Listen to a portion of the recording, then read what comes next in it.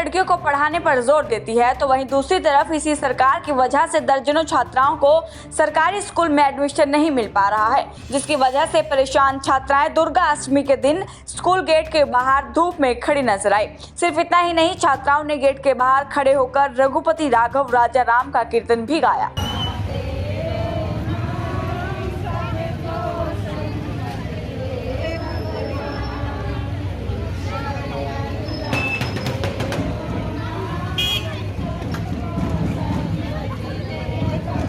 साक्षी है, मेरी मम्मी बोल नहीं पाती। मिड स्कूल में मैंने एडमिशन लिया था, 8 तक था वो। फिर मैं कैंप वाले में आना चाहती थी, इन्होंने मेरा एडमिशन नहीं लिया यहाँ पर, फिर घर बैठना पड़ेगा। पूरा मामला यमुनानगर के कैंप क्षेत्र का है, जहां मॉडल संस्कृति सीनियर सेकेंडरी स्कूल में एडमिशन के लिए पहुंची लगभग 3 दर्जन छात्राओं को एडमिशन देने से मना कर दिया गया। इसकी सूचना पूर्व पार्षद निर्मला चौहान को मिली तो वो भी छात्राओं के साथ खड़ी नजर आई। छात्राओं को देखकर पहले गेट बंद कर दिया गया, लेकिन लगातार गेट खटखटाने के बाद गेट को खोला गया। वैसे तो आज अष्टमी है और लोग कन्या पूजन कर रहे हैं, लेकिन कन्या देवी तो हमेशा पढ़ी लिखी, शस्त्रों से लैस और ज्ञान से लैस होती है। आज की देवियां बिल्कुल अनपढ़ रह जाएंगी। पिछले 3 साल से हर साल स्कूल के बाहर बेटियों की ऐसी भीड़ लगती है और एडमिशन उनको नहीं मिल पा रहा।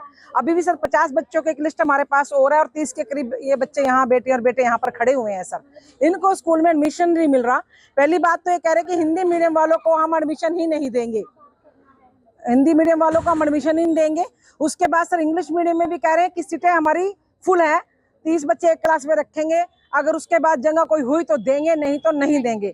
देखिए सर, ये स्कूल सरकारी है, ये गरीब बच्चे हैं, अगर इनको यहाँ शिक्षा नहीं मिलेगी तो कहाँ जाएंगी। ममिद्दी का स्कूल है सर 8वीं तक का इस एरिया में, बाकी ये 60-70 हजार की आबादी पे ये अकेला +2 का स्कूल है सर। पूरी जम्मू कॉलोनी, पूरा कैंप, गुलाब नगर, पटेल नगर में 5वीं तक का स्कूल है सर। हमिद्दी के अपने आप ही जनसंख्या वहाँ पूरी नहीं होती, इतना बड़ा स्कूल है। 8वीं क्लास में इन्होंने मिद्दी गाँव से की है, 17 लड़कियां पास आउट हुई हैं। ये कहते हैं औरंगाबाद जाओ, 3 लड़कियों ने औरंगाबाद एडमिशन ले लिया, बाकी घर बैठी 4 लड़कियां यहाँ खड़ी हुई हैं। बताइए ये बेटियां ये पढ़ेंगी कैसे पढ़ेंगी फिर?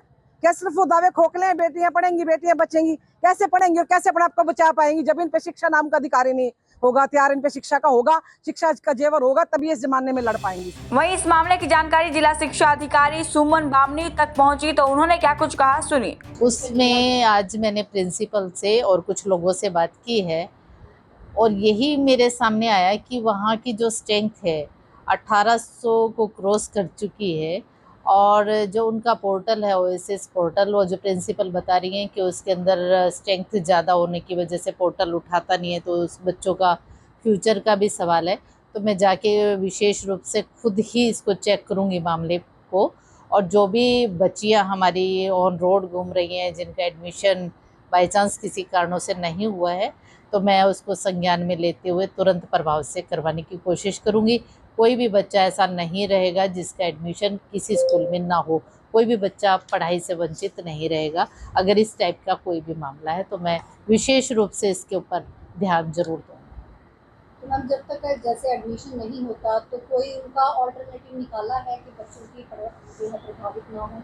हाँ, ऑल्टरनेट आज ही बैठ के निकाल लेंगे इसका। हम आज ही इसके ऊपर पूरा मंथन करके कि उन बच्चों को उनकी लिस्ट लेके किसी न किसी स्कूल में पहली बात तो एडमिशन करवा दिया जाए ताकि वो बच्चे भटके। एक तरफ दुर्गाष्टमी के दिन कन्याओं का पूजन किया जाता है, तो वहीं दूसरी तरफ कन्या एडमिशन के लिए दर दर भटक रही हैं।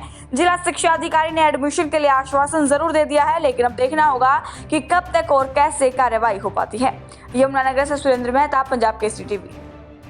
हमसे जुड़े रहने के लिए हमारे YouTube चैनल को सब्सक्राइब करें और नई वीडियो की नोटिफिकेशन के लिए बेल आइकॉन को दबाएं। अगर आप ये वीडियो Facebook पर देख रहे हैं तो लाइक जरूर करें और ज्यादा से ज्यादा शेयर करें। धन्यवाद।